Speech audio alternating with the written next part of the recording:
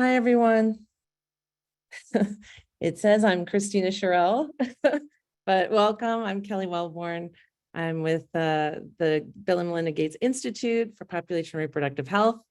Thank you for joining us for this ICFP 2022 101 walkthrough, navigating the conference. So thanks for joining us today. We have quite a number of my colleagues here today with us. And if we could just take a few moments to introduce ourselves to the group. Anastasia, will you start? Yes. Hello, everyone. Thank you for joining us. My name is Anastasia Perrone. I'm a program officer with the Bill and Melinda Gates Institute and a member of the ICFP Secretariat, specifically leading logistics and sponsorships.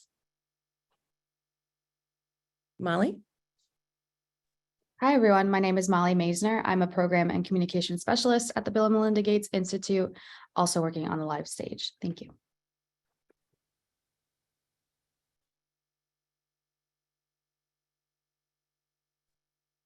And Chris?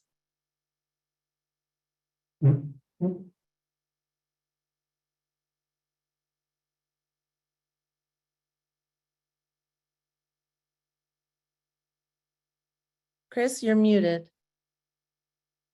Oh, sorry. So my mic is probably not working. That's Hi, okay. everyone. My name is Jean-Christophe. I'm a PhD student at Johns Hopkins University, and I'm part of the ICFP organizing team. Wonderful. Darby? Hi there. My name is Darby Major. I am a program specialist at the Bill and Melinda Gates Institute, also a member of the ICFP Secretariat, and I am specifically leading on all things plenary stage. Wonderful. Thank you. Monica? Hi, everyone. My name is Monica. I am also a student working with the Gates Institute, and I've been helping a lot with the youth-focused activities. Wonderful. Thank you. Linnea? Hi, everyone. My name is Linnea Zimmerman. I'm an assistant professor at in the Department of Population, Family, and Reproductive Health at Johns Hopkins University, and am the scientific subcommittee co-chair. Christina? Thanks, Kelly. Joining live from Pattaya with Kelly and Anastasia. Hi, everyone. My name is Christina Sherrill. I'm a senior technical advisor at Gates Institute and the communications lead for ICFP 2022. Perfect. Emily? Hi, everyone. I'm Emily Sanchez. I'm a master's student working with the Gates Institute, and I am on the scientific subcommittee and helping a little bit with the youth subcommittee. Thank you, Emily. Stella? Good morning. My name is Stella Babalola. I'm a professor at the School of Public Health, Johns Hopkins, and I'm a co-chair of the scientific subcommittee. Thank you. Thank you. Carolina? Hey, everyone. My name is Carolina Cardona. I'm an assistant scientist in the Department of Population, Family, and Reproductive Health at Johns Hopkins University, and I'm a member of the scientific subcommittee. Wonderful. Jamila? Hi, everyone. I'm Jamila. I am also a master's student at Johns Hopkins, and I'm also helping everyone with the youth committee. Perfect. Matt? Hi, everyone. I'm Matt Matassa, and I'm the co-chair of the communications subcommittee and also working on the ICFP live stage. And looking forward to meeting everyone. Thanks. Wonderful. Thank you. And Funmi?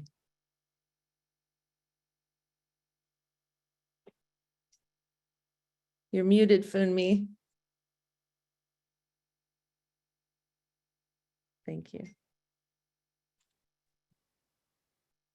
Apologies. Hi, everyone. My name is Fumilola Olaoloron. I'm one of the co-chairs for the scientific subcommittee, and I teach at the College of Medicine, University of Ibadan. It's great to be here. Wonderful. Thank you. Thank you all for joining us today to walk through what promises to be quite an engaging and exciting conference. So we're happy to host you. As Christina mentioned, part of us are already here in Pattaya City, and we can't wait to welcome you to the conference. So we'll start with just a brief overview about the conference itself. As most of you already know, this is the world's largest convening of family planning and SRHR experts. And the International Conference on Family Planning has convened since 2009. And it's a network of advocates, researchers. We've got scientists, the scientific community, government leaders, health practitioners, economists, conveners, civil society, and the list goes on. So we're looking at approximately 3,500 people converging here in Pattaya City, Thailand. And we're going to walk you through a little bit about what to expect on your journey here and throughout the days of the conference. So we'll start with a bit of a visa update, talk a little bit about the pre-conferences and site visits. We'll walk through the scientific overview. We have our co-chairs from the scientific subcommittee that you've met. We'll walk through a communications overview with Christina and Matt and Darby and Molly. Youth engagement with a number of people on our line here. And we have the logistics overview. We'll wrap up with that. And of course, we'll take questions from the audience. So let's start by jumping in to thank the entire community. Without all of our core organizing group members, our 2022 sponsors, and of course our co-hosts here in Thailand, we would not be able to put this conference together.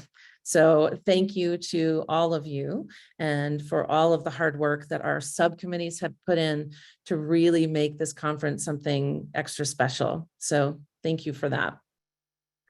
Let's go into the general overview of the conference itself. There are over 10 pre-conference events and 1 post-conference event included in that, over 200 scientific and invited sessions, 600 poster sessions, more than 50 side events scheduled, and we're looking at about 3,500 delegates, as I mentioned before, from about 125, if not more, countries from around the globe.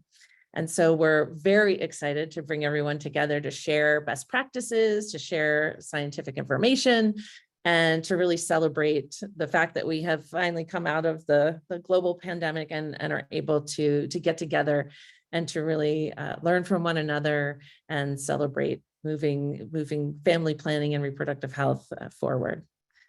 So we're going to move into quite a number of pre-conference events.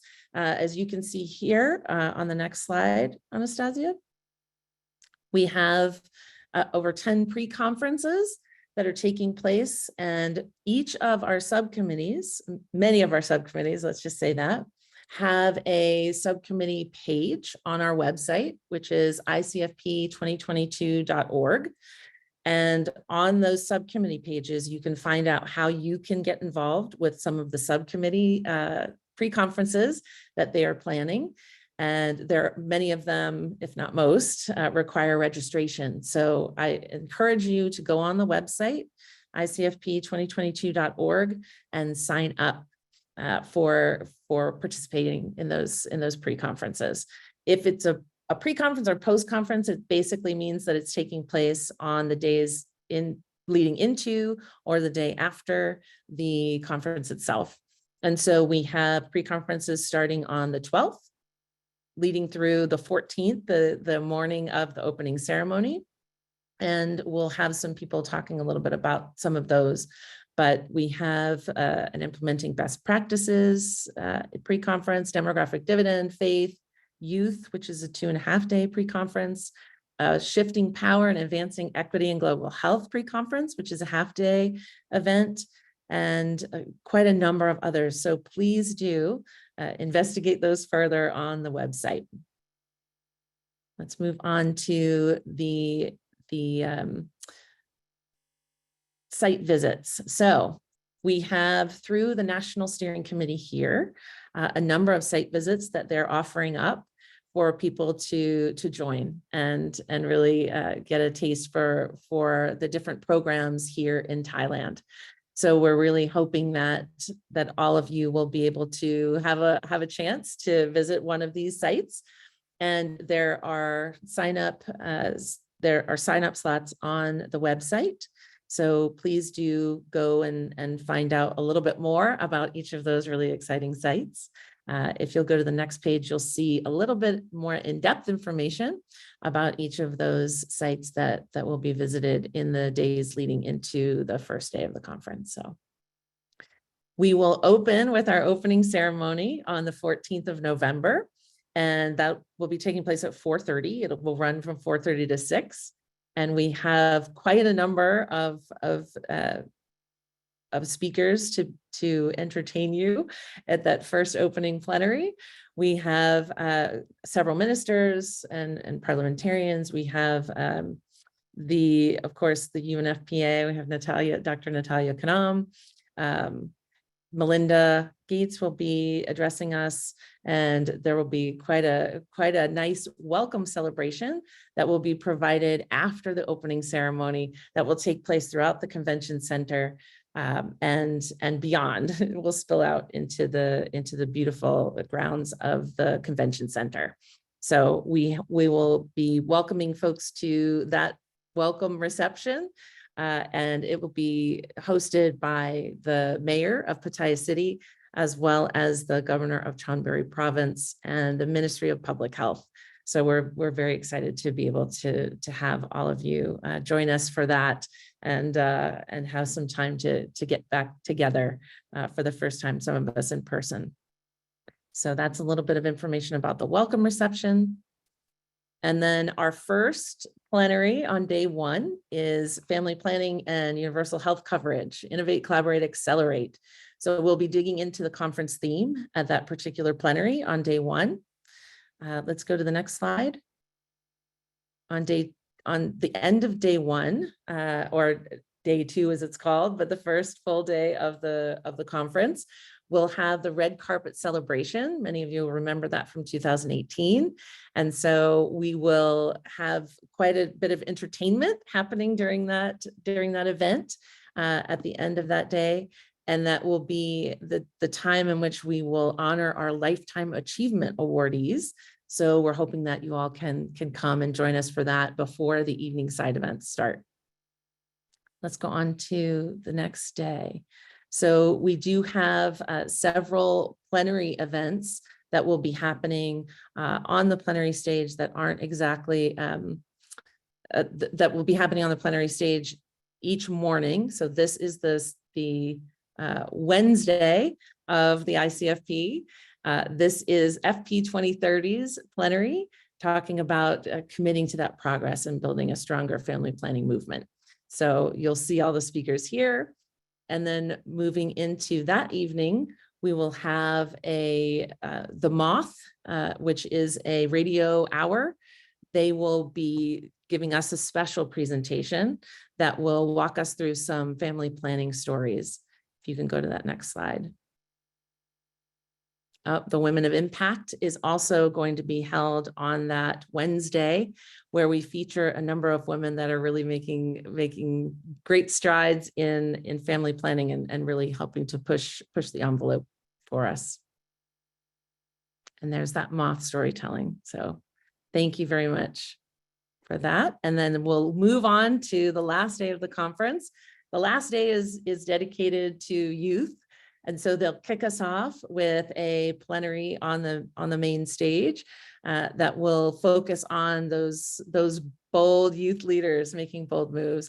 And they will also be launching their AYSRH Global Youth Program of Action.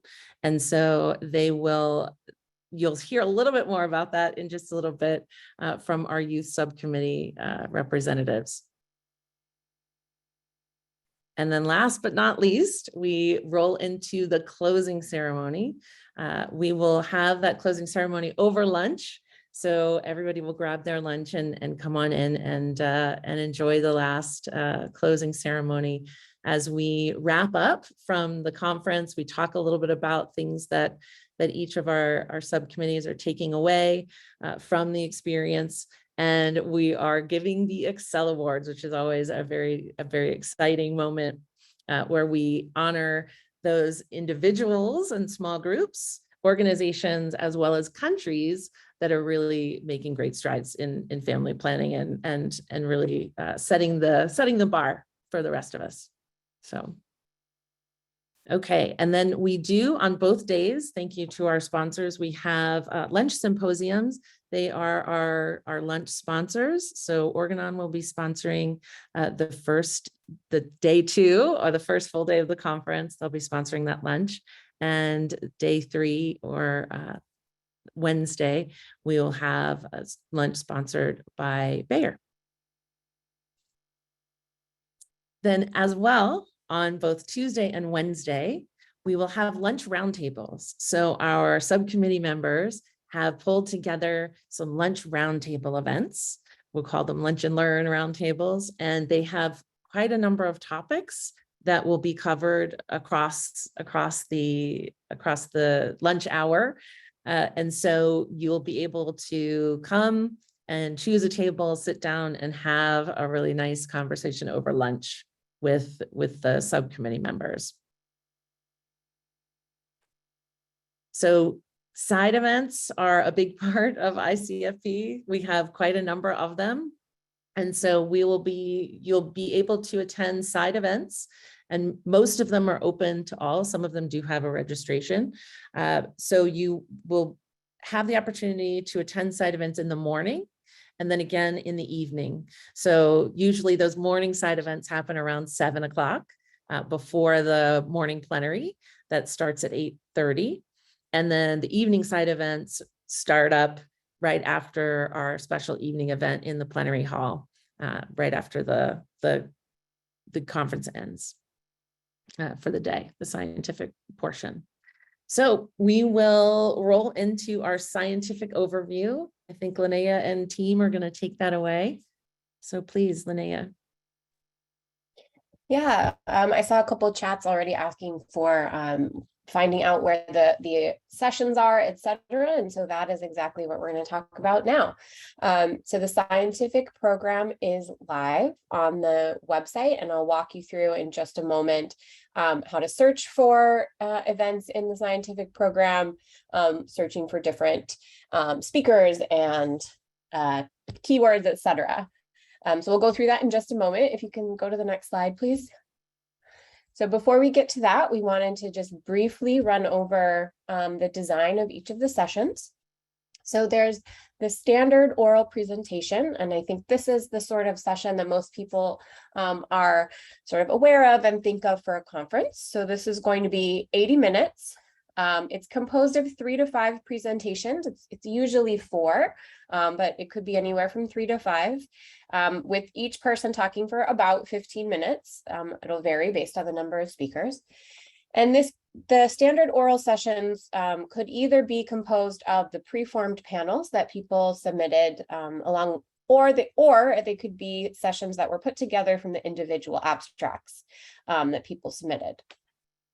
In each of the sessions, a moderator will serve as the timekeeper and introduce the session, introduce the panelists, and then moderate the Q&A at the end of the session. Then there's also oral flash presentations. So it's the same 80 minutes, but in this case, it's composed of about double the number of speakers. So in this case, it's 7 to 8 presentations, generally 8. And each presentation is 4 minutes. So people have to be very concise, and we really are going to stick to that 4-minute timer. After everyone has gone, and the presenters will stand next to a poster. So if you are an oral flash presenter, please be aware you have to make both a very short PowerPoint and a poster. After the presentations are done, the presenters will stand next to the poster and attendees will circulate. So there'll be about 40 minutes of presentation and 40 to 50 minutes of circulating the room and talking to people about their work. It is a little bit more work than putting together just a standard oral presentation or just a poster. I participated in one of these at the last session in Kigali, and I actually really enjoyed it.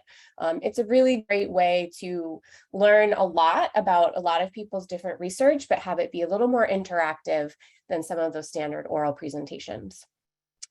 And then finally, we have the poster sessions. So these are 120 minutes each. We'll have about 100 posters per session, and there will be poster judging during every session. And that will be the first hour of the session. Winning posters of each session will be recognized at the closing ceremony, and they will receive a prize. I won't reveal what that prize is. I don't know if Kelly wants to or not, but just letting people know, if you are a poster presenter and you'd like to be considered for the award, that you should stay by your poster and be ready to answer questions, as poster judges will be circulating during the poster sessions. Next slide. All right, so for moderators, as I said, there will be moderators at all oral and all flash sessions. So they're there to keep time and make sure things are moving quickly.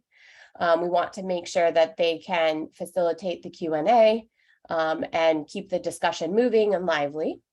So moderators should have reached out. If you are in an oral presentation, either a standard or a flash, your moderator should have reached out to you to organize a short introductory session before ICFP.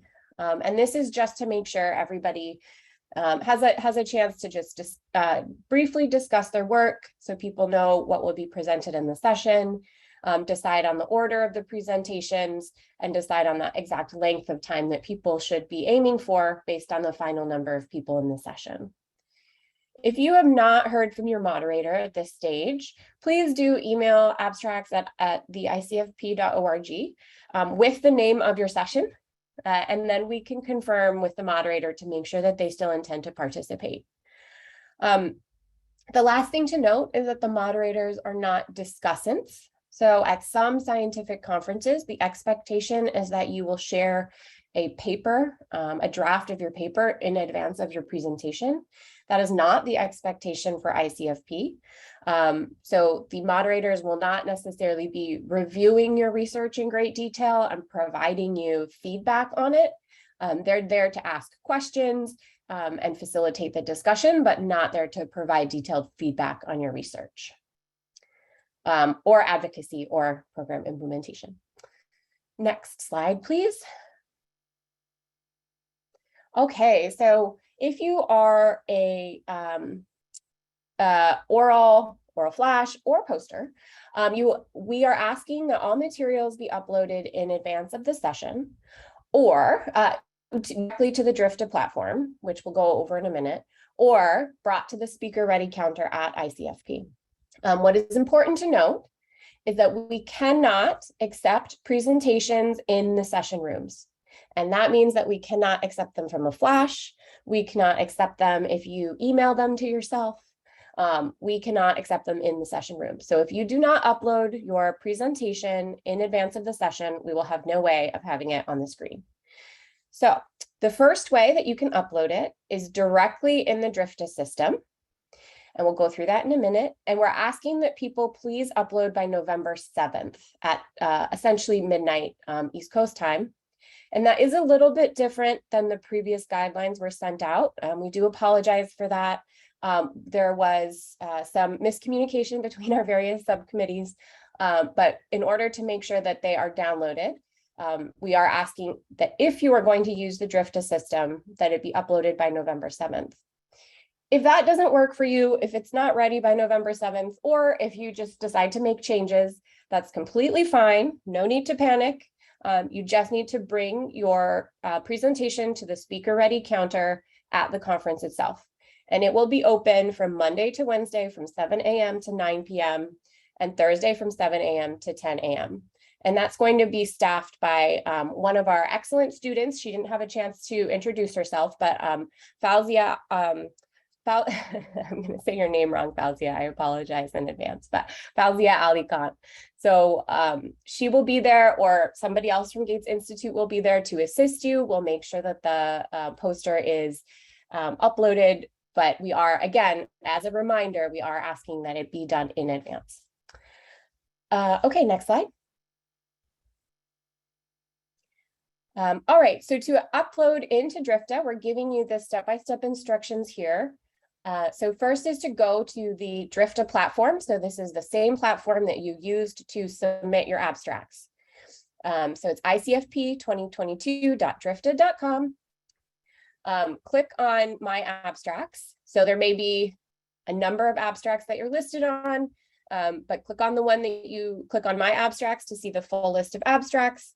Select the abstract that you want to upload, and then the option should appear at the top of the screen. You may have to scroll down just a little bit, but it should be right near the top for you to upload your PowerPoint or PDF. And we do have a size limit, so please note that there's a 50 megabyte size limit, so you can't have huge videos or pictures in the PowerPoints, and that is to make sure that we're not overwhelming the bandwidth of the conference when we're there. Okay, next slide. Sorry, there's a question I do want to clarify before we move on, and that is, do you need to print posters? Yes, you absolutely still need to print posters. So we are hoping to, for people who are presenting the posters, we would like to have the posters available on the program, because the idea is that after ICFP is over, we will make all the materials available for the community. But we definitely do still need you to print posters. We do not have the ability or capability to either have all digital poster boards or print them out for everyone. So do plan to print in advance, and there are not printing, my understanding is there are not printing facilities on site. Okay, I am going to very quickly share my screen so that we can walk through the, it says I cannot share screen while the other participant is sharing. Oh, okay, great. I'm going to very quickly share my screen so that we can walk through searching the program together. It says screen sharing is paused. Sorry, let me try one more time. I want to make sure I share the right thing and you guys don't get my overwhelming email list. Is it? It's not working. That's okay, no worries. If we can just go back to the slides, I'll walk through. I can walk through the slides as opposed to a live demonstration. That's why we put it together this way. Okay, so to navigate the ICFP program, again, you will go to, so here, I was going to show you just Googling ICFP 2022, but you'll just go to the regular conference website. So the International Conference on Family Planning website, ICFP2022.org. There is a link at the top for program. And if you click on that link where it says program and scroll down a little bit, it will say scientific program. Alternatively, you can just put in this this address here, so ICFP2022.org Sci program. To search track language, you can click more filters. So once it comes up, you'll see more filters button at the top. And if you go to the next slide, it will show you what it looks like when you click more filters. And it just said my internet connection is unstable, so I hope everyone can hear me okay. Yes. Okay, great, thank you. Once you click on more filters, this will give you a list of, these are all the different tracks, as well as some additional information such as side events or pre-conference events, different special events that people have put together. And you can also see on the bottom that you can search by venue. So you can search for all the presentations that are in a specific room, by format. And format is where you can search to see if, for example, specific language or hybrid so live streamed events. The hybrid events will say hybrid E, and those will all be live streamed as well as have interpretation. You can search for which sessions will have interpretation, and then search by moderator, speakers, authors, etc. So by going there, you can really search the program very quickly. It's very easy and interactive, and you should be able to make it through and identify all those sessions that you're interested in attending.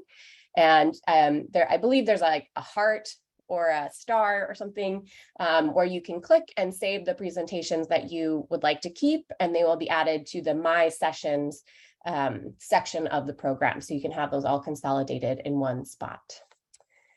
I think that's my last slide. Double check. Yes, that's my last slide, and I can answer any questions that are in the Q&A session of the webinar.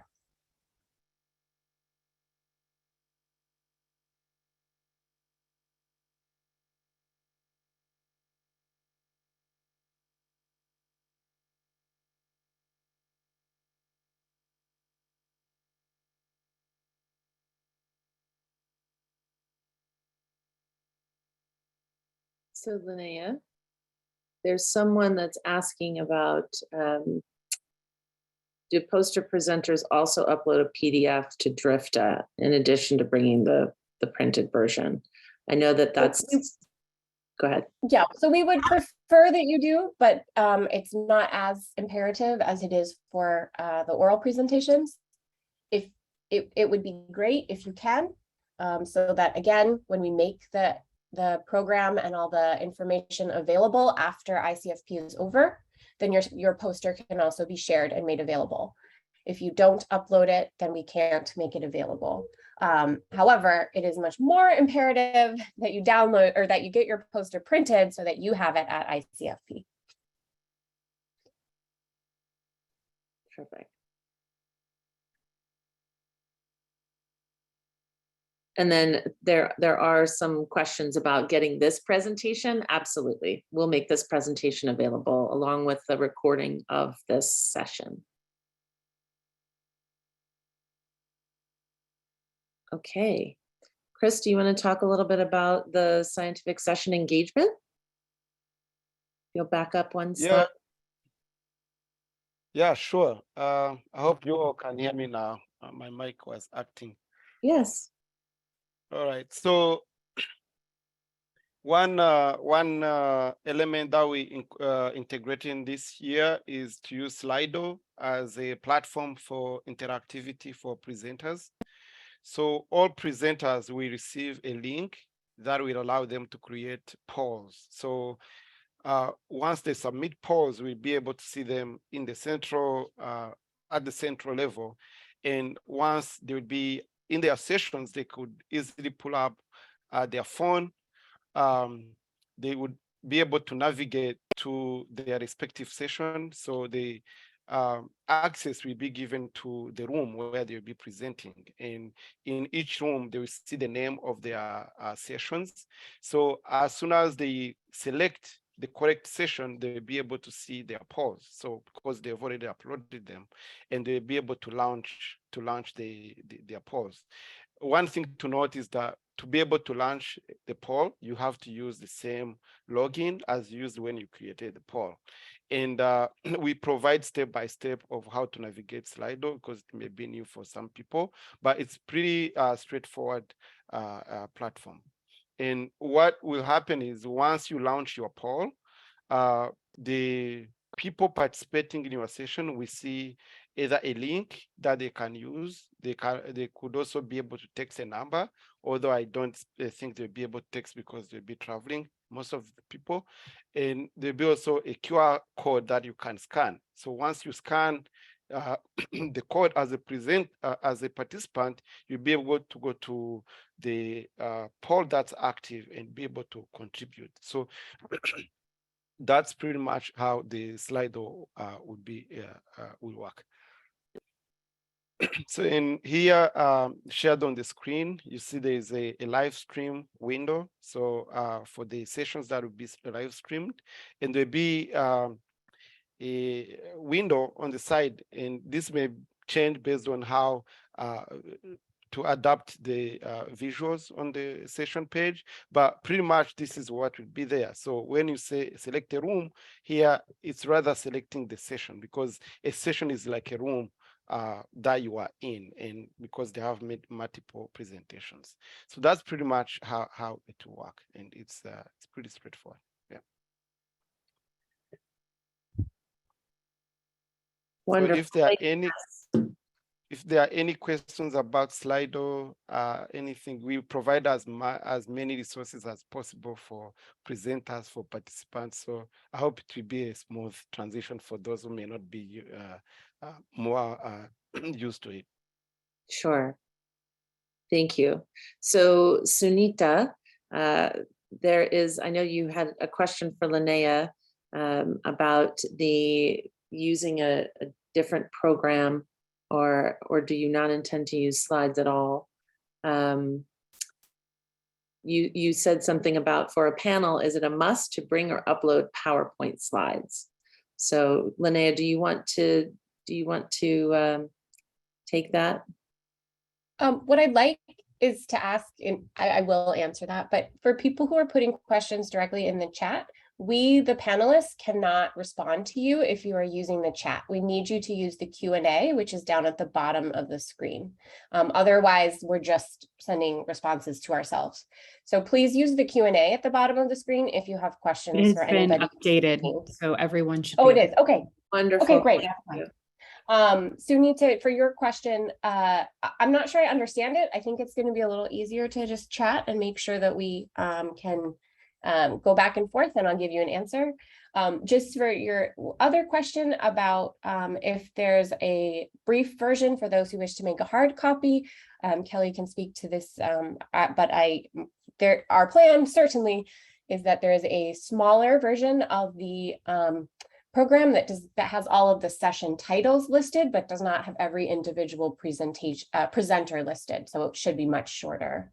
Correct. I think Kelly can confirm if that will be printed and available when people register. Yes, it will absolutely be available to everyone. We have cut down the size of the program quite considerably because we're only printing the titles there, because we know that people can access the deeper information online. But knowing that you'll want to know, be able to star and mark those sessions that you want to attend in an easy to carry book, instead of the 598-page book that would be printed if you were to pull it down and print it yourself. So yes, those will be available for everyone attending the conference.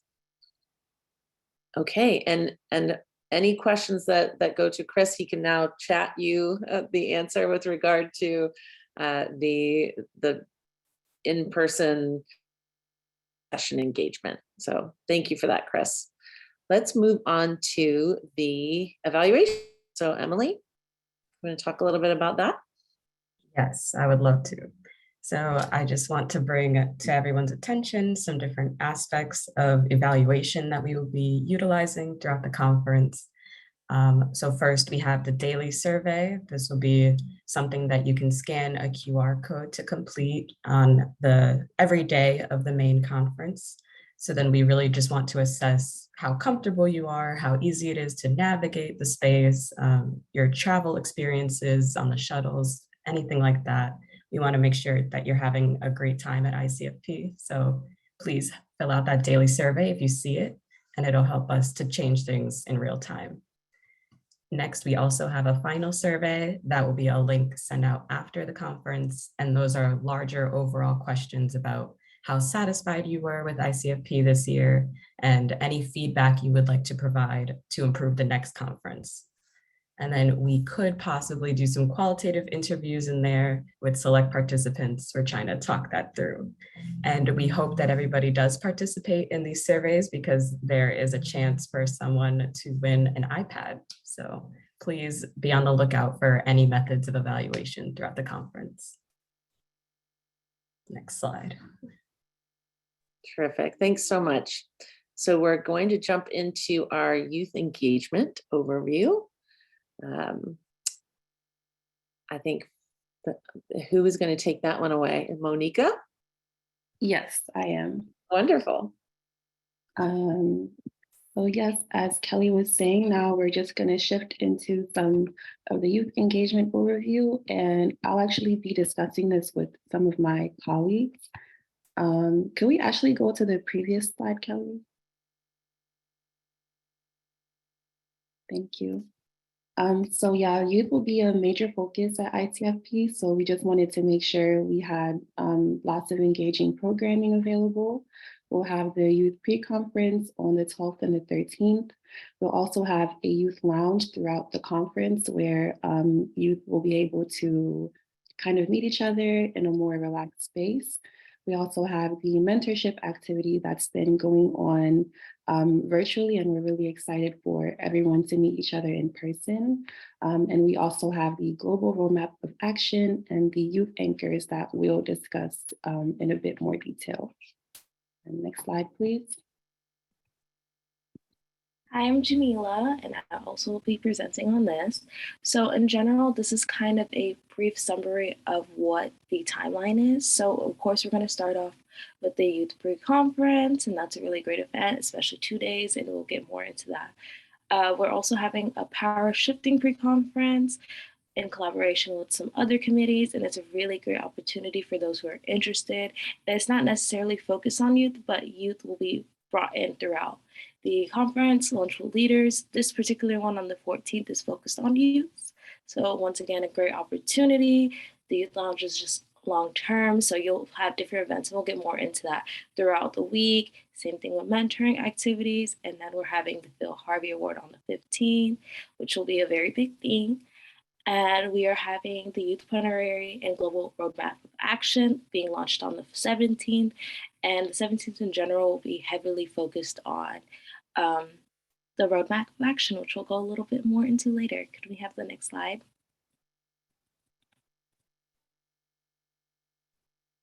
So the Youth Pre-Conference, the purpose is to bring young people from around the world who have diverse backgrounds, really to advance the sexual and reproductive health, rights, and justice agenda forward. So this pre-conference will be a 2-day gathering right before the main ICFP conference, and it will be held November 12th and the 13th. So the Youth Pre-Conference is by invitation only. So if you would like to attend these events, please just make sure you're registered and you're invited so that you're able to come. Then next slide, please. So thinking about the youth lounge, once again, we said it was entirely during the week, and we have a bunch of interesting opportunities that will be kind of focused on like a little bit of networking, professional development, and overall just youth getting to converse with other youth from different countries who are facing the same issues and things of that nature. So we have a wide range of events like headshots. We also have some fun events like a condom blowing competition, which will be fun and a little bit different, that's hosted by a local NGO. In general, this is open for everyone, but it is focused a lot on youth and creating a space for youth. Could you do the next slide? And then a bit more on the mentoring activities. So during those, during the youth lounge activities that Jamila was mentioning, we'll also have a few slots open for mentoring pairs to kind of meet up with each other. So the purpose of the mentoring activities is for people to be able to form long-lasting relationships and to help elevate the next leaders within their fields. And the mentoring activities are open to the entire ICFP community, regardless of a person's career levels. And our mentoring pairs have been meeting virtually, and now we'll have the opportunity to do so in person. So the applications actually closed today. So if you're interested in becoming a mentor, we would love to have you. We are always looking for more mentors, but please just email us directly at youth@icfp.org so that we can kind of get you in the system and get that ball rolling. And then next slide, please. So in addition to that, we also have the scientific writing, mentoring, and coaching course as part of the mentoring activity. We'll be hosting meetings each day of the conference where people can learn more about what it takes to really get their work published. So those accepted into the program will be matched with a mentor during ICFP and then another mentor for 6 months following the conference. And this is really to help individuals take their scientific writing abstract to fruition. Next slide, please. And finally, we will be launching the Global Roadmap of Action on the last day during the youth plenary. So the Global Roadmap of Action is kind of focusing on a youth-led change within, family planning. And it will be a huge document written by youth for everyone to read. And you kind of get a little more information when you read the document. It's the best way I can say it. But in general, we kind of invite everyone to support us. In general, let people know and let them know what we need family planning to look like in the future for you. Thank you guys so much for listening about the youth subcommittee and all the different activities we're doing.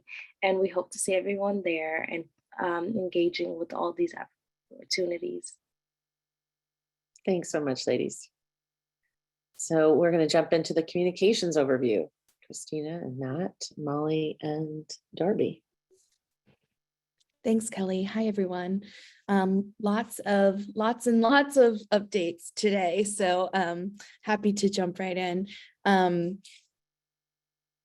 Just a reminder that there are, for all information related to ICFP, please be sure to check our website. We have a news and a blog section. We also have the media center where you can find press releases and all types of information. So if you have a question, please always do check the ICFP site. We're constantly updating that with information as it comes in. And it's certainly your best bet for finding information, especially as we ramp up to the conference and our inboxes become a little bit flooded. So please do check that out. The live stage this year, for those of you who are not yet familiar with it, we're really excited to launch what we're calling the ICFP 2022 live stage. And this is an initiative that's really meant to capture the diversity of our community and of the things that we care about. And we're featuring everything from sex taboos to Indigenous birth practices. You can go to the next slide, to male engagement in family planning, emergency contraception, the impact of Roe v. Wade on global abortion access, and anything and everything you could want to chat about will be on the live stage. We're also launching, next slide, please, what we're calling the Family Planning News Network. And this is an initiative that we're to bring the most salient news and announcements that come out of ICFP to the community. So whether you're able to join us in person or only can join us virtually or are just joining the live stage, everything on the live stage is free and accessible to everyone in the world.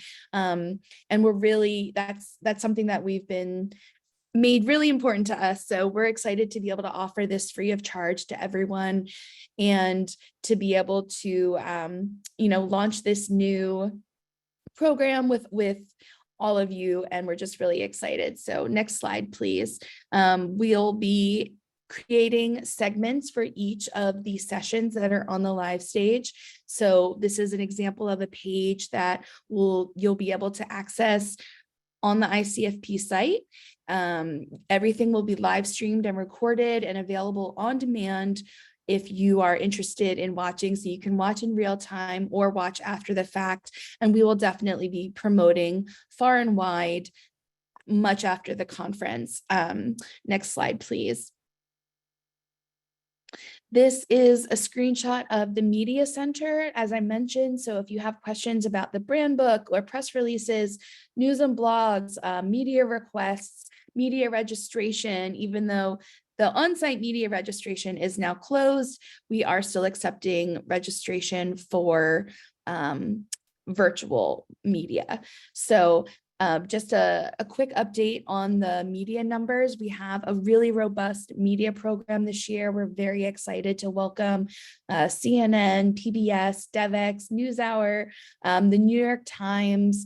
We also have several press conferences, news conferences scheduled throughout the day that we're working with our partners to make sure that their messages are being heard, and just really excited to be able to share this news with the global family planning and SRHR community and make sure that we're getting all of these important messages out. Next slide, please. You can see an example of on the homepage how you can see the blogs. If you have any questions, this is a great place to find all of that information, whether it's about shuttle schedules or moderator guidelines or the scientific program or upcoming events or anything. Please do check there. That information is being updated multiple times every day. So definitely a great place to find information. And next slide, please. It's very exciting. We're launching what we're calling our Family Planning Ambassador Program. And so most of you probably know Dr. T. She's one of our ICFP communications co-chairs and is also the UN Special Rapporteur on the right to health. And a proud ICFP 2022 ambassador.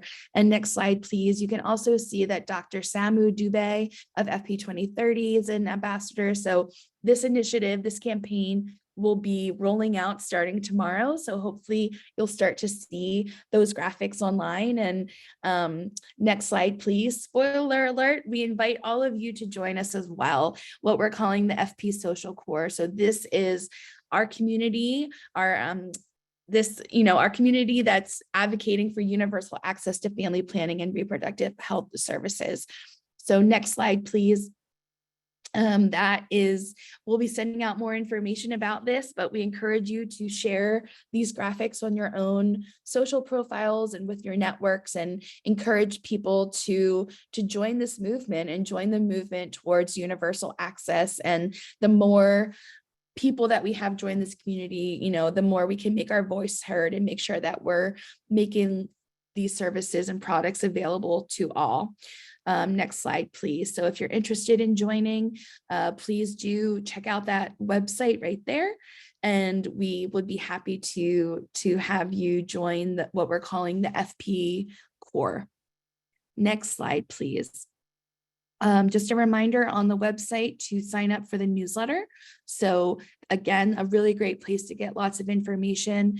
We're sending out newsletters about twice a week at this point, and we'll be sending them out daily during the conference with links to everything you could possibly want to engage with at the conference. So whether that's the live stage or that we're also recording all of the news conferences that are happening, and we'll be making those available.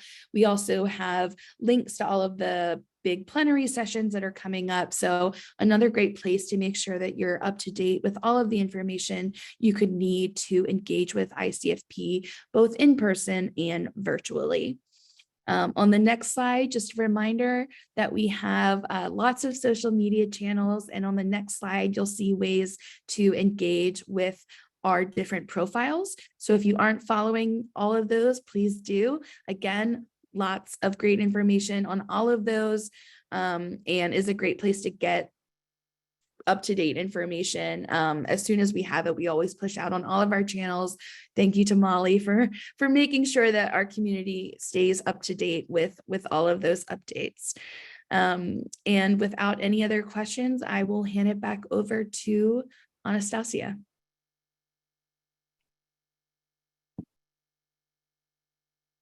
Great.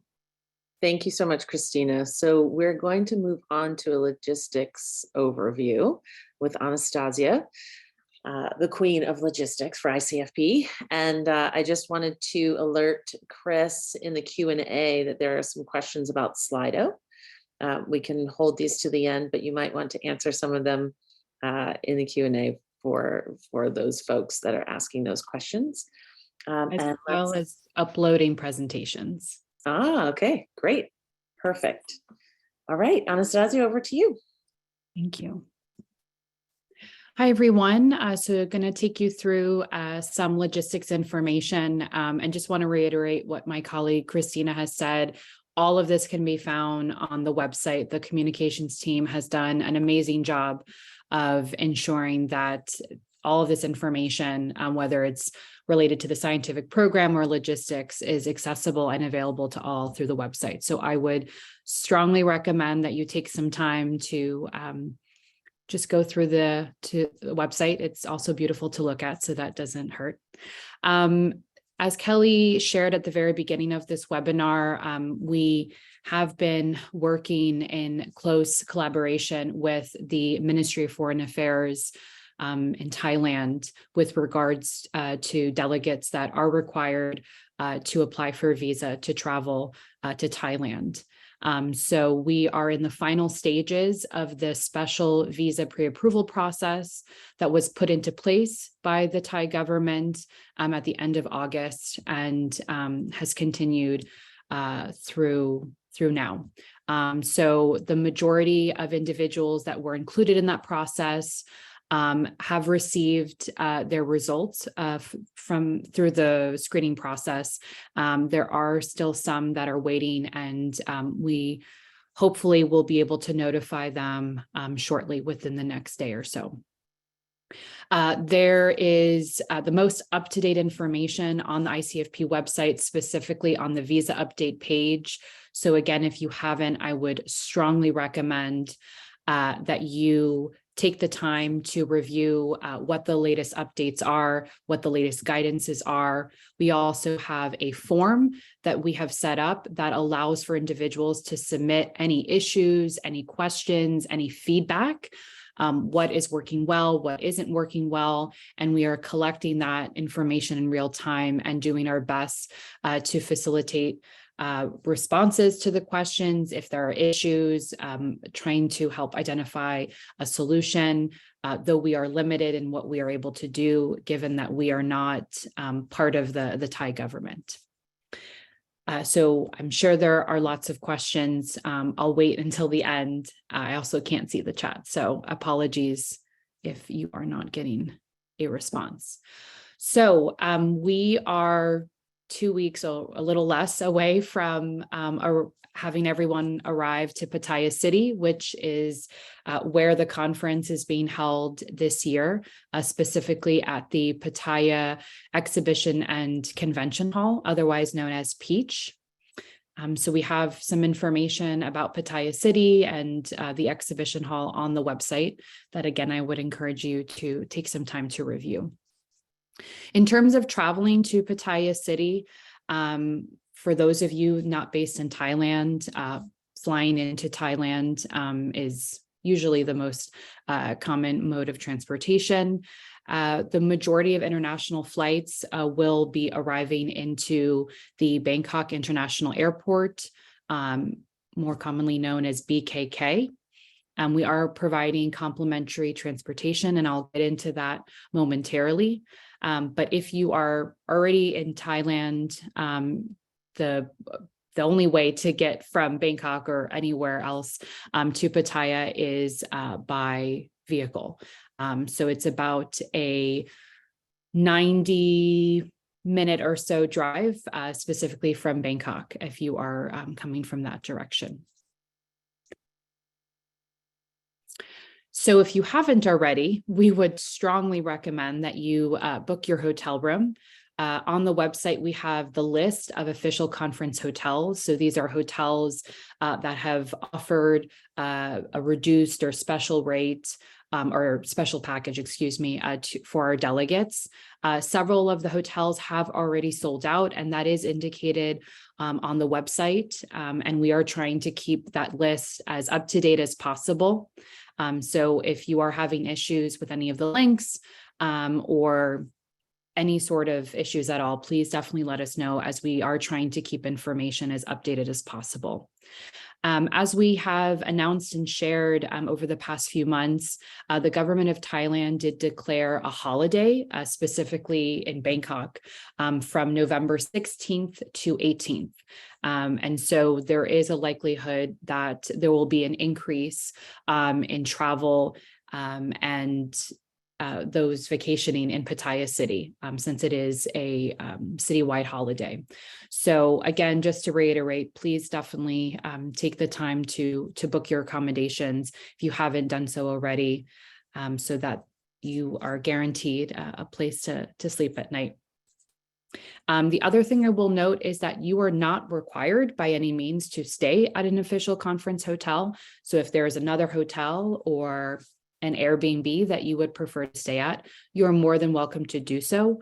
The biggest benefit of staying at a hotel on the list is that we will be providing transportation to those properties, both for the airport transportation that we have set up, but also the conference shuttle that will operate during the conference dates. If you are not staying at one of those hotels, you are welcome to travel to the hotel to use that shuttle service or arrange your own transportation to get to and from Peach. So this is the schedule for the complimentary airport shuttle. As I already mentioned, the shuttle is specific to one airport, which is the Bangkok International Airport, BKK. So if you are flying into another airport, you will be responsible for arranging your own transportation. So we have the shuttle starting on Friday, November 11th and operating through Monday, November 14th, the first day of the conference. And the shuttle will be operating every hour at the top of the hour from midnight through the day. And we'll continue that, that shuttle schedule until the evening of November 14th, with the last shuttle leaving at 11 p.m. So if you are arriving prior to November 11th or after November 14th, and specifically 11 p.m. in the evening, then you will need to arrange your own transportation. The airport shuttle will be bringing those arriving at the Bangkok airport to their hotels, as long as their hotels is one of the official conference hotels. There are 3 routes that we have set up based on the locations and the proximity of the hotels to one another. And I will share that slide in a moment. And then in terms of transportation back to the airport at the end of the conference, the shuttle will begin on Thursday, November 17th, the last day of the conference. So in the morning, we will be providing transportation from the hotels directly to the airport. And then once the conference starts, we will only be providing transportation from Peach, the convention center, to the airport. So please definitely take a look at the time of your departure. The general recommendation is to make sure that you are checking in anywhere between 2 to 3 hours in advance if you're flying internationally. And again, it takes about 2 hours to get from Pattaya City to Bangkok. So please keep that in mind when you are estimating what is the appropriate time for departure. And then later on in the day, once the conference is over at 3 p.m. in the afternoon, we will restart the shuttle in terms of having it depart from the hotels and going to the airport directly. And then on Friday, November 18th, we are again offering a complimentary airport shuttle, and it will take you from your hotel to the airport. There will be no complimentary shuttle to the airport from Peach. So just to keep that in mind, as there is no programming on Friday. The conference ends Thursday afternoon.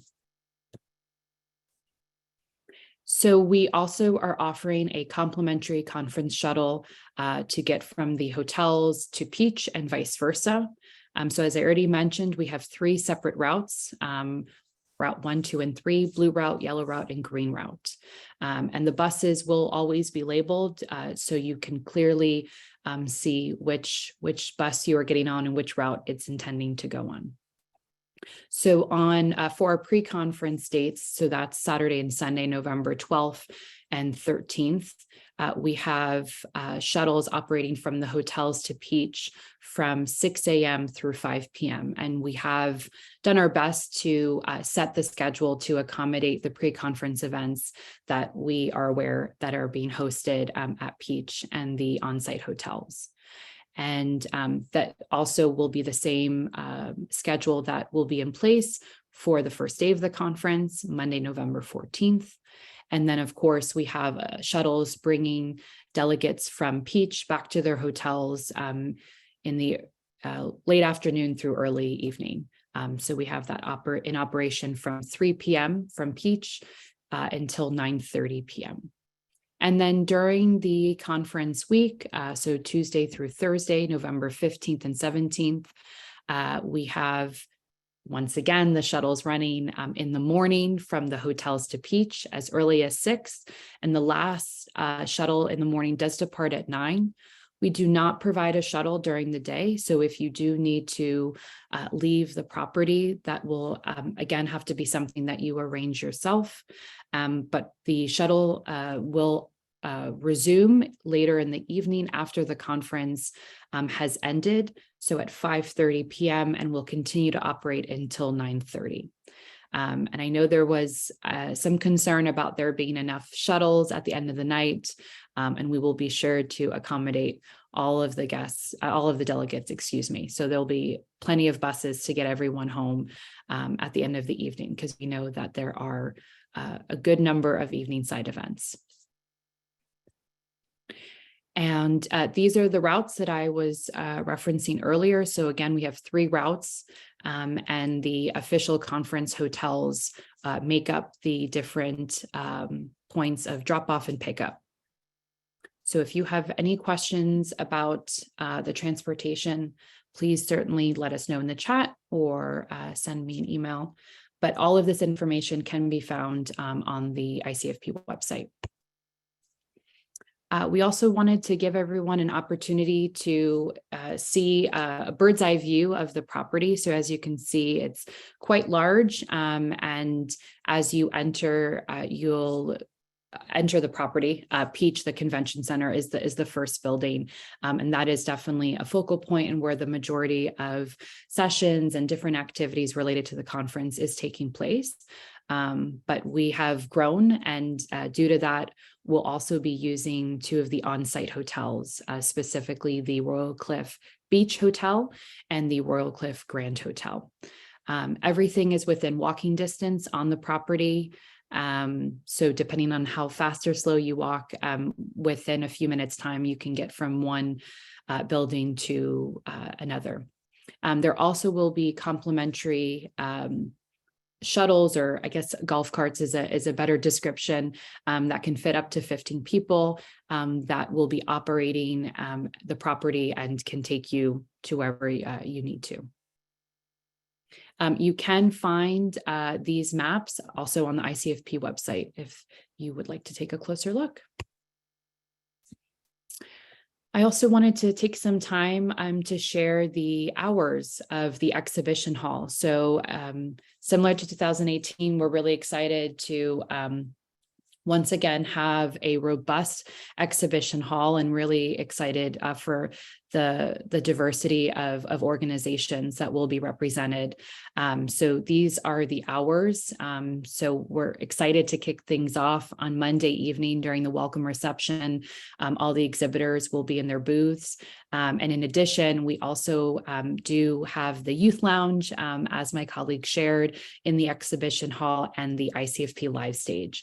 So lots of exciting activities taking place. And I would definitely encourage that you dedicate some time to stop by the different booths and the different activities. So we have closed registration. So I do want to just reiterate, there will be no on-site registration this year. So if someone was not able to register in time, unfortunately, there will not be the opportunity to register on-site. We will have the registration area located at the main entrance of Peach, which is called the East Lobby. So as soon as you get off the shuttle, you'll walk into the lobby and the registration area will be right there. And this is where you will check in and pick up your badge and your conference bag. We will be in operation as early as Saturday morning, because we do have pre-conferences all day Saturday and all day Sunday. So we will have the registration area open and available. And then, of course, the first 2 days of the conference, Monday and Tuesday. There will be a reduced registration area that will remain open Wednesday and Thursday, because we do recognize that there are things, you know, a number of reasons why someone may be delayed beyond Monday or Tuesday. So, but we are, in terms of being fully in operation, that will be Saturday through Tuesday. Similar to years past, you will be required to wear your badge at all time. So please definitely, you know, at your first day, please come and check in and get your badge and be sure to wear it anytime you are on site. So in terms of the COVID-19 safety protocols, so as we've shared over the years in preparation for the conference, we have worked in close coordination with several representatives of the Johns Hopkins Center for Health Security, and under their guidance have set a number of protocols that we are putting into place for ICFP. One of which is requiring that any and all delegates that do participate on site, so in person, are fully vaccinated. So with that, we are asking that everyone please travel with your documentation, as there will be a verification process to ensure that that is being fulfilled. Now we are offering you know, for the first time this year, which is very exciting, a hybrid model of the conference. So as my colleagues have already shared, there will be virtual live stream sessions and activities. So those that have opted to register virtually will still be able to participate and engage. And anyone that is registered for in-person that is unable to come to the conference, whether it's due to illness or any other sort of reason, your registration does already include virtual access. So just to make sure that people are aware of that. In addition to that, we are increasing the number of hand sanitizing stations throughout the venue to ensure that people are able to regularly sanitize their hands. And we will also be strongly promoting and recommending personal protective practices, encouraging safe physical distancing, as I already mentioned, frequent hand washing, sanitizing, and most importantly, the use of masks. So we will have masks available for those that do not have one, and you're welcome to take one, and we would strongly encourage that you please use it to protect yourself and others attending the conference. In addition to that, we are working to secure access to self-testing kits for COVID-19. So anyone that would need to use one would be able to access one.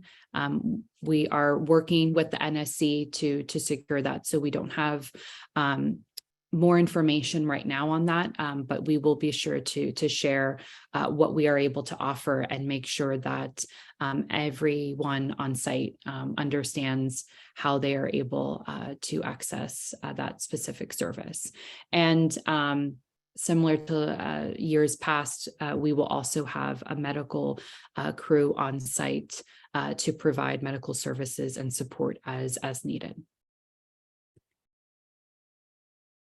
So I've actually already touched on this, but I do want to reiterate that all ICFP delegates must be fully vaccinated. We did set the deadline to fulfill that October 31st, so 2 weeks prior to the first day of the conference. So as I already mentioned, please be sure to travel with your documentation so that it can undergo the verification process. We have shared how we are defining fully vaccinated.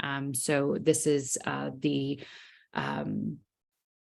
definition that is provided by the World Health Organization. So any individuals who have received all recommended doses of a specific COVID-19 vaccine that is listed for emergency use by the World Health Organizations are considered to be fully vaccinated.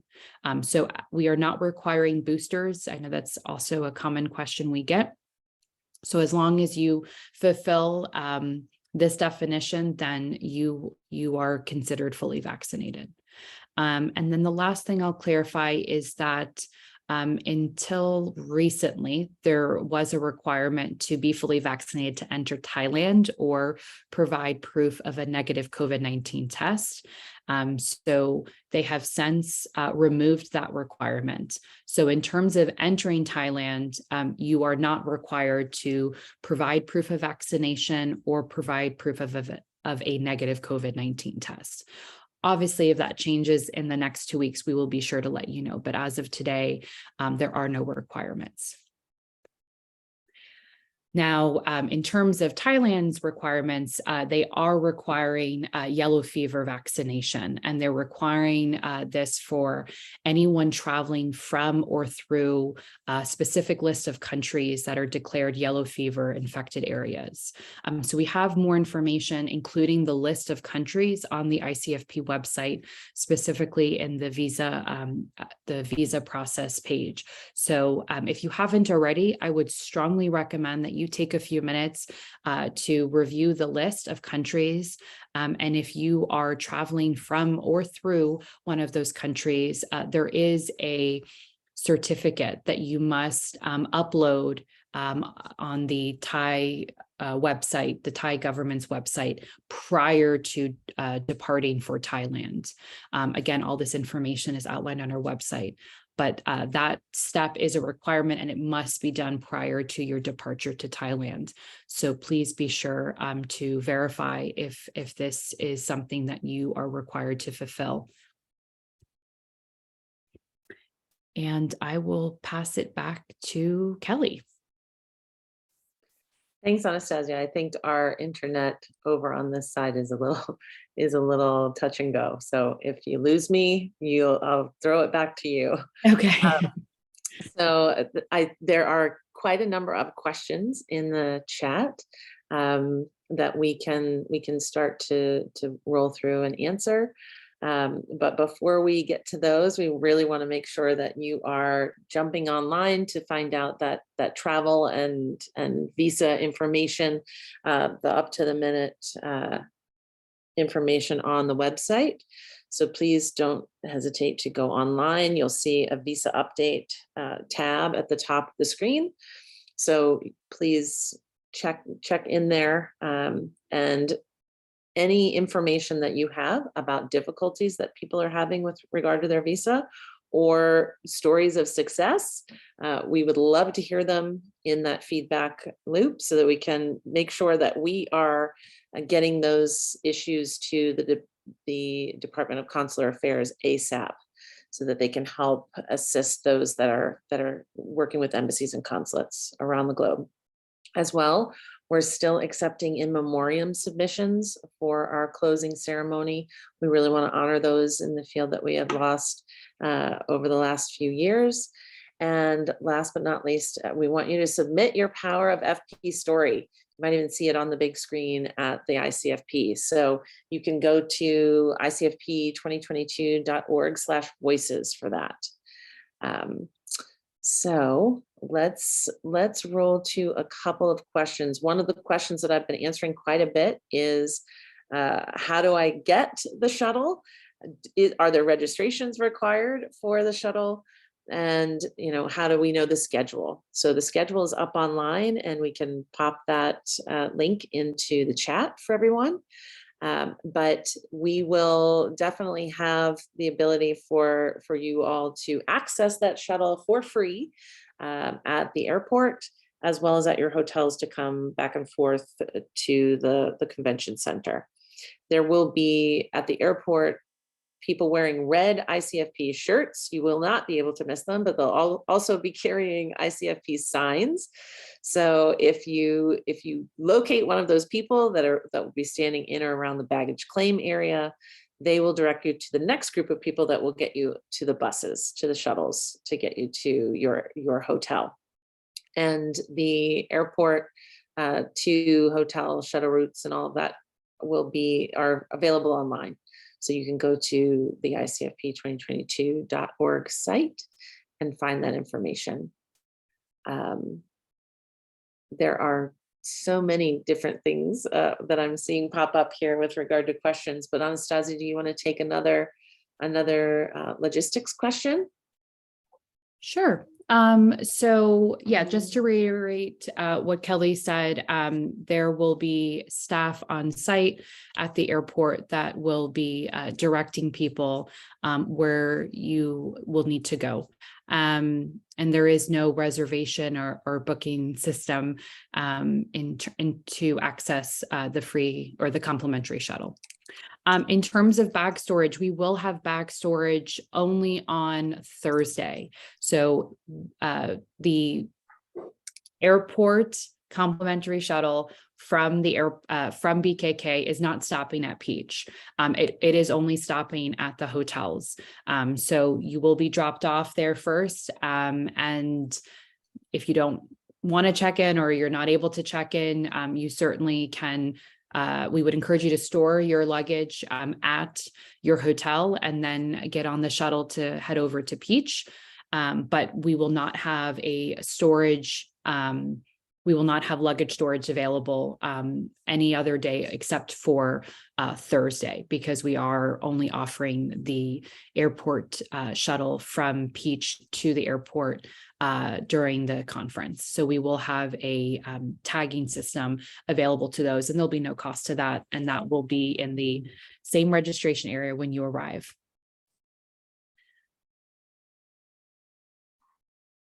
So I'm seeing questions about where exactly the shuttle will be picking up. So it is one terminal, so there are not multiple terminals. And in terms of where exactly the shuttle will be picking up, so the bus is not able to be parked out front. So because of that, the staff will be set up very strategically and in order to gather people in an area. We will be posting photos on the website to give a little more clarity around where exactly, but there isn't an actual specific meeting point except for between door 9 and 10 in terms of exiting the airport.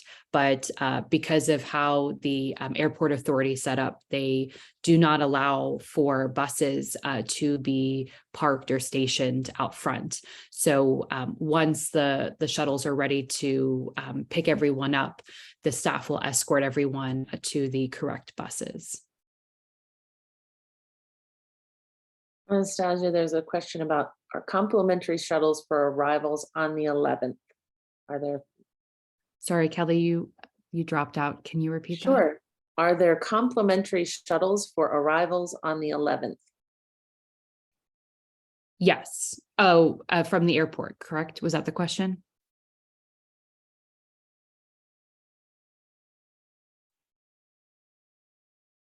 So as I mentioned, from November 11th through November 14th, the complimentary airport shuttle will be available. So if you are arriving prior to the 11th or after the 14th, you will be responsible for arranging your own transportation.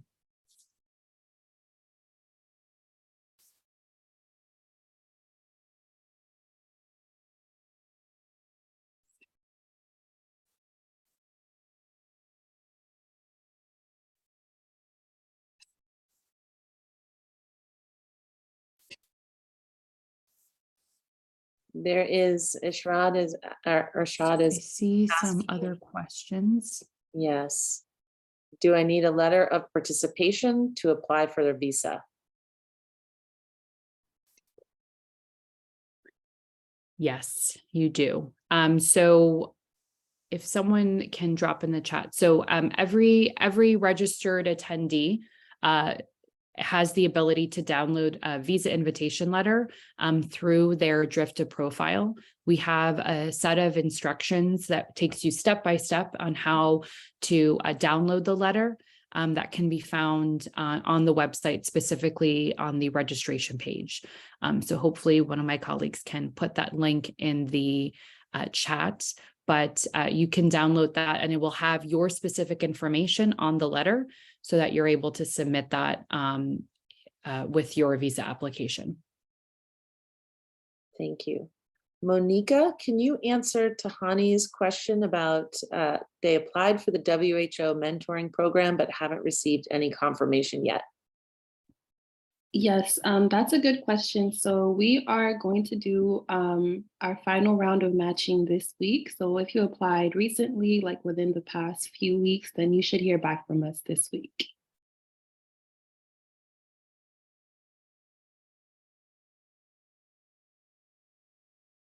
Terrific. So in terms of, I'm seeing questions about what sort of documentation should we be carrying.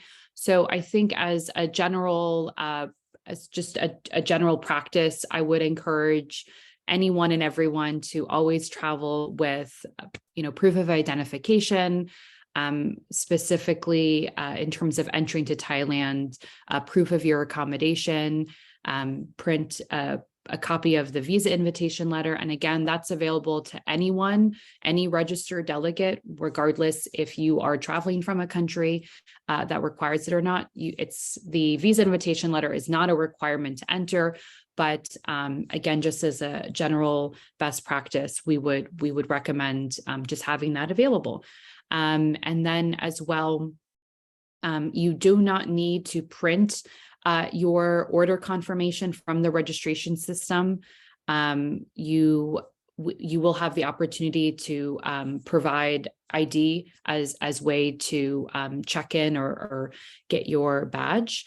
But if you want to print out a copy, you certainly can, or you can also, if you have the ability to bring up the order confirmation on your phone to save some paper. But those are and also proof of your COVID-19 vaccination. And then depending on what country you're traveling from or through, proof of the yellow fever vaccination. So those are the documents that we would encourage you to have accessible while you journey to Thailand.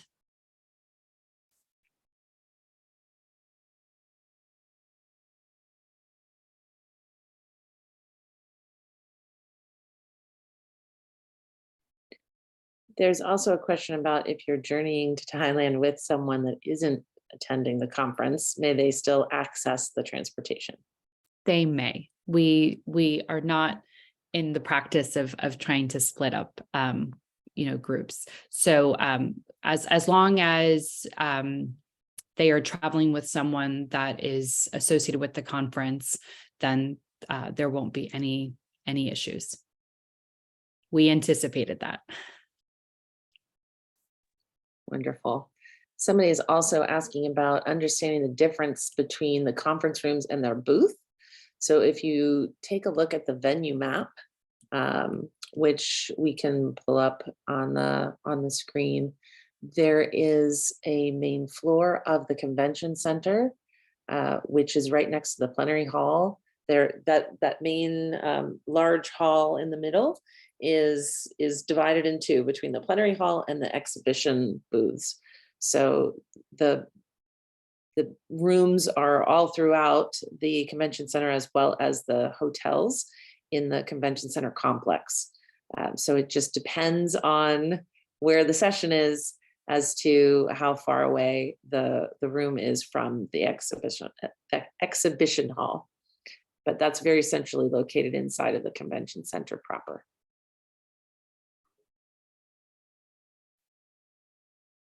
Anastasia, there's a question about, will digital proof of vaccination be sufficient, or do we need to bring a hard copy of our vaccination card?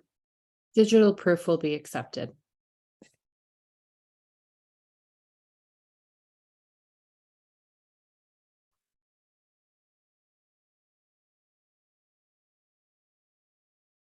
There's a question about where the booths are located, and they are located within the Peach Conference Center and not within the Beach Hotel. Correct. So the majority of meeting rooms, the plenary hall, the exhibition hall, which within the exhibition hall, there's the live stage, there's a youth lounge, as well as the registration area is also located in Peach. The media center is located in Peach. So as I mentioned earlier, Peach is really the focal point for the conference, but due to the size of the conference and the number of sessions that we are offering this year, we have had to spread to the 2 on-site hotels. But those 2 on-site hotels will be specifically used for just meeting rooms for sessions and side events. But the focal point remains the convention center, Peach.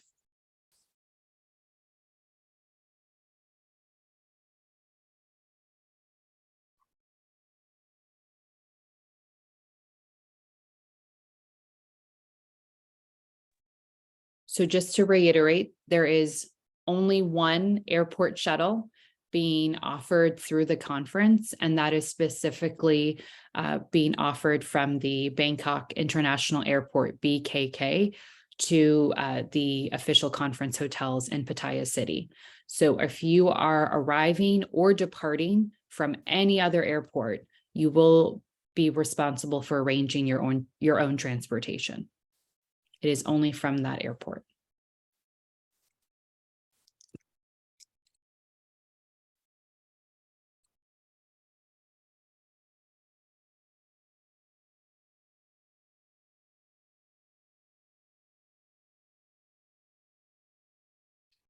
You had mentioned some documents that are required to upload to the government website before the arrival date. What are those documents? Yes. So as of today, the only documents related to vaccinations is the yellow fever vaccine certificate is what they title the document. So in terms of COVID-19, there are no entry requirements that Thailand currently has in place. So there is no need to provide proof of COVID-19 vaccination or proof of a negative COVID-19 test. For those that are traveling from or through a subset of countries, and the list of countries I don't have memorized, but you can find them on the ICFP website under the visa page. If you are traveling from or through those countries, the Thailand government has asked that you please upload the yellow fever vaccine certification, which will include proof that you are vaccinated, that you've received the yellow fever vaccine.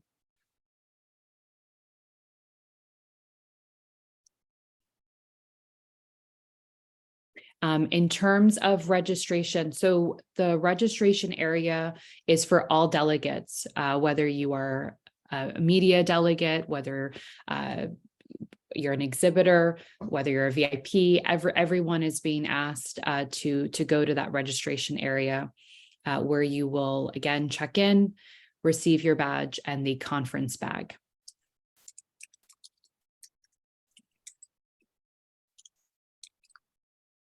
Will meals be provided with conference registration?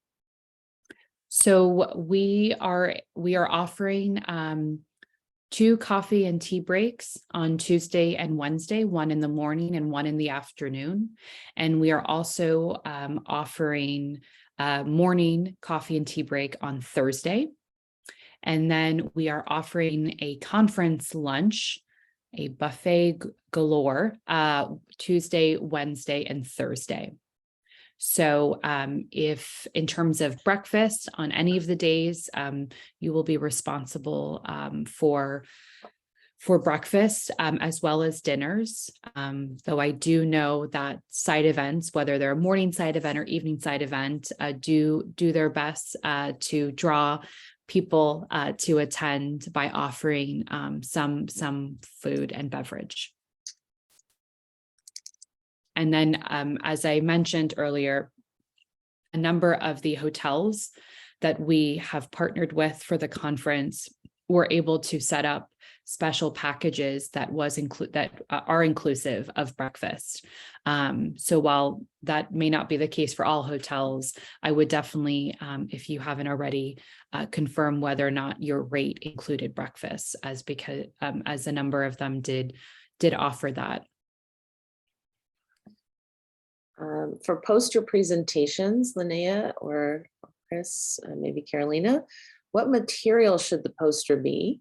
The brief says PVC, but please specify. And will these be hung or stuck on?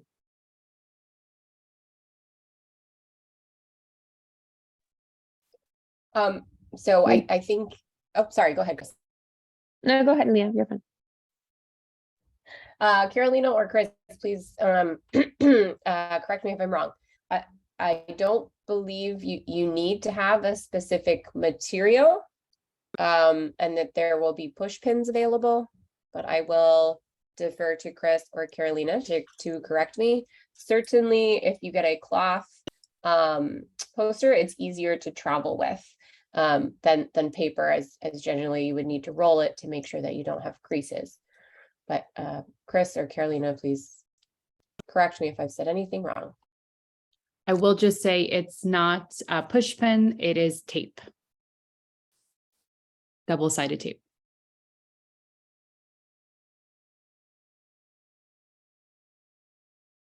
Chris, it looks like you're on mute.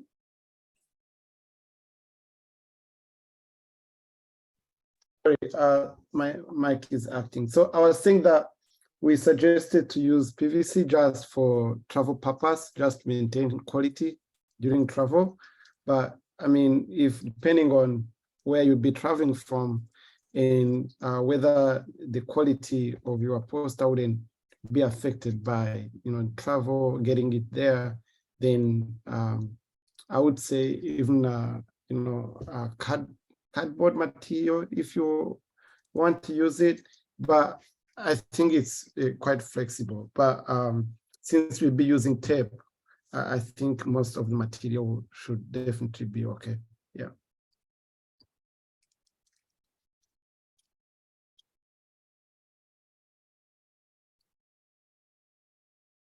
During the event, do we need to register to attend each session? You do not. You are welcome to review our schedule as Linnea has walked us through in terms of how to find different sessions. All of the sessions on Drifta, you'll find the meeting location, but you are welcome to come. I know in 2018, we received a lot of feedback about more seats.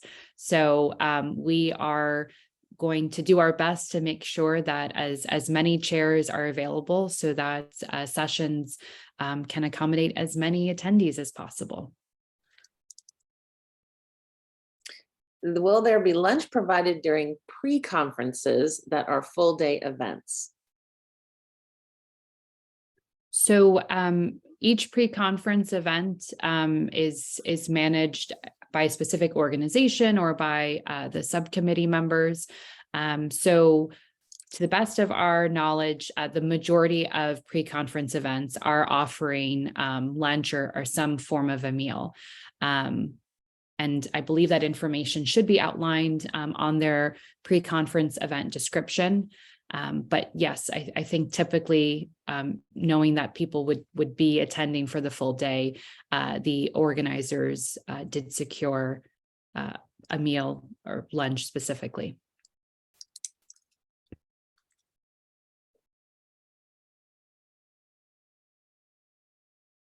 Ellie, I see questions in the chat about the site visits and the site visit registration and when people can expect to receive a confirmation of that registration, which I know is being handled by the National Steering Committee. Yes, so the last update that I received is that yesterday was the last day to register and to submit payment. So right now they are reviewing all of the payments and those that submitted the form. So they will be notifying all confirmed individuals no later than November 7th, but ideally as soon as possible. So that is what they are in the process of doing. I did see some questions about a wait list. So they don't have a wait list currently set up. But if there are still seats available, because there were capacities, then they are exploring the option of perhaps having people show up on site the day of and submitting payment via cash on that same day. But this is not confirmed. They are investigating this option, and once it has been finalized, we'll share with us, the Secretariat, so that we can send out an announcement to all of the registered delegates. Terrific. There's one question from Andrew about for someone only transiting through one of the listed countries on the yellow fever list, are they not required to have a vaccination if they have a very short layover at the airport lasting 24 hours? That's a great question. I would go again, the website that the Thai government provides. I do believe that there is a time, there is a threshold of time. So I think it's, if you're transiting 6 hours or under, they won't require it. And again, that might be a case where it's helpful to have your flight itinerary printed out so you can demonstrate your connection. But I would verify that it's 6 hours. I don't remember the exact time, but there was some language specific to those that were just transiting for just a few hours. And there is a question about a poster, about posters with its own metal structure, like banners that Daniel has, that he wants to bring. Will we be allowing for posters such as that have their own stand mechanism, or will we require that they are printed like everyone else's to be posted? Sorry, Kelly, you were breaking out. Sure. We could hear you, but I'm not sure. Is the question about for poster presentations, or for just having the poster at a pre-event or something along those lines? I'm not sure I fully understand the question. It says we have posters with its own metal structure like banners. That works, question mark? I think if we could just get a little more detail in the Sure. chat, that would help, and we can answer. Otherwise, not totally clear on the question. Sorry. I will just state that for the poster presentations that Linnea and the scientific team have been referring to, there are already stands, again, to adhere your posters to. So those do not need to be provided by delegates. They will already be set in the conference venue in the poster area. There's some questions about pre-conferences, and if they registered for those events, do they still need to receive a notification of acceptance? Or if they submitted their form, should they presume that they can attend?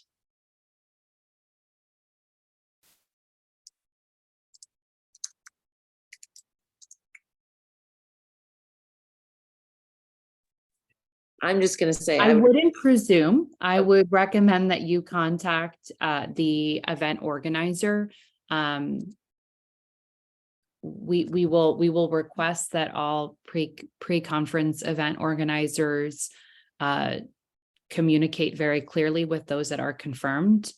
But I would definitely receive confirmation. I know that for many, registration was still open up until as late as yesterday or today. So I do know that some of the pre-conference events are just taking some time to ensure that the information that they have is accurate and there are no duplications and those sort of issues. So hopefully within the next week, there's some follow-up emails to clarify. So question for the scientific subcommittee. I received an email from my moderator that my presentation has been upgraded from a poster to an oral presentation. Did I get that information about the upgrade on the web? I think they're just looking for confirmation that in fact happened. So you would have received that email from me, not from your moderator. And it should have already been upgraded in the program itself.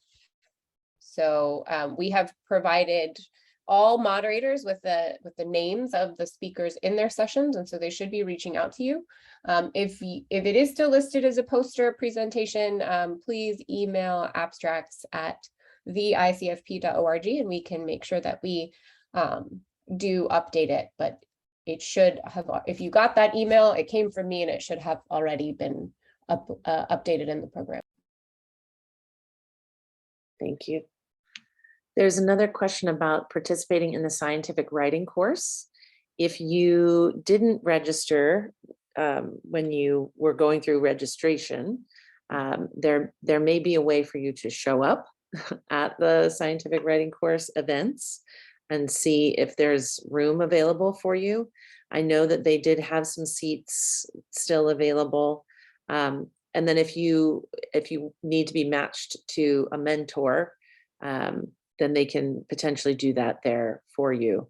But I would reach out to that youth at theicfp.org to just inquire there before you arrive at ICFP.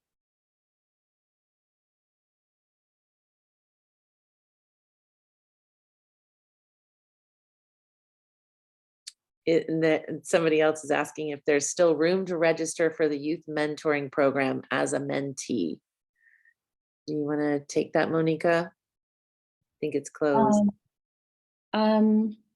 I would say if you could send us an email, we will try to get you in. But we are still looking for more mentors, so we can't promise that we'll be able to match you. But I can drop the email in the chat if you could send us an email. Terrific. And as well, if you're looking to be a mentor, mentors are still needed for both the scientific writing program as well as the mentor-mentee program that Monica is leading. So please do email her the youth at theicfp.org for the chance to be a wonderful mentor. We would really appreciate it. Okay. Any other questions? Kelly, there was a question about whether sign language translation was arranged for each session.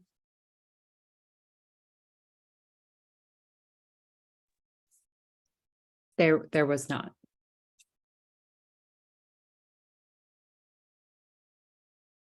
So if there are accommodations that people are in need of, I believe there's a place that they can reach out for accommodations. Anastasia?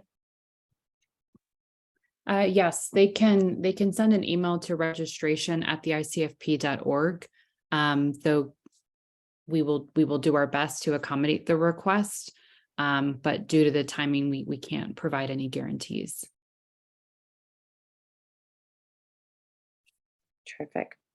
And Amira is asking if there is no re-registration, how can we get our ID and conference kit, if any? I'm not exactly sure what she's meaning by re-registration. So if you are confirmed to be registered for the conference, there's no additional registration or additional steps that you need to take. Once you arrive to Pattaya and head over to the convention center, the shuttle will drop you off at the front of the convention center. And as you walk into the east lobby, the registration area will be set up, and you will be able to walk up to a kiosk, provide your name, and get your badge printed, get your lanyard, and as well as a conference bag. Thank you, Anastasia. There is also a question about the live polls, how to insert the live poll into their PowerPoint by using that option on Slido. Chris, do you want to take that? Yeah, so Slido, there is an option for live polls. It depends on how you set it up when you create your poll. So once we send you a link to create your poll, you will have kind of many options. So you can do like word clouds, you can do multiple choice questions, you can do live polls, you can do a survey, you can do many types of questions. So you choose really whichever works best for the content that you'll be sharing and what kind of polling you would like to use. Yeah. I hope that addresses the question. Thank you, Chris. So there was a question that just popped up and ran away quickly. So there's still a question about mentorship program. There is no registration that still exists there, but you can reach out to Monica on that. And I think there are a couple of questions left in the chat. And I will just note, we will be saving the chat. So I know we only have a few minutes remaining for the webinar, but we will be sure to take note of all of the questions and do our best to provide those responses. So there is one question here about, is it possible to register for virtual attendance still? Yes. So while on-site or in-person registration has closed, virtual registration remains open and available and will be available until November 14th, the first day of the conference. So we strongly recommend and encourage people who were not able to make the deadline for on-site registration to consider registering virtually. Terrific. Thank you. I realize that this presenter wasn't able to garner funding to come to the conference, but they were accepted for an oral presentation. So I don't know if you are suggesting someone else to present your work, but please do reach out to Linnea and Carolina about that. Should you need to change your presenter. It would be great if you could make sure that your work is shared, even though you can't be there in person. So thank you.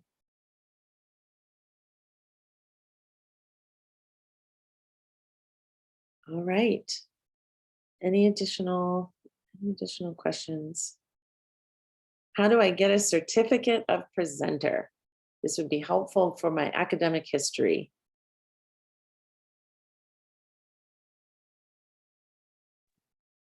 Chris, do you want to talk about the certificates? Yeah, I think the plan is already to allow participants to be able to download their certificates, and I think the details about how to get it should be sent in the final kind of final email from the team. Yeah. Wonderful. And there is a question with regards to the recording of this presentation. So you'll be able to find it on the ICFP2022.org website. We will place that up online so that you can rewatch and share with others that weren't able to be here today. So thank you so much for everybody. Thank you for your time today, joining us. And we do look forward to seeing you and welcoming you in Pattaya City, Thailand in just a few short weeks. So thanks everyone, and have a wonderful and safe travel here.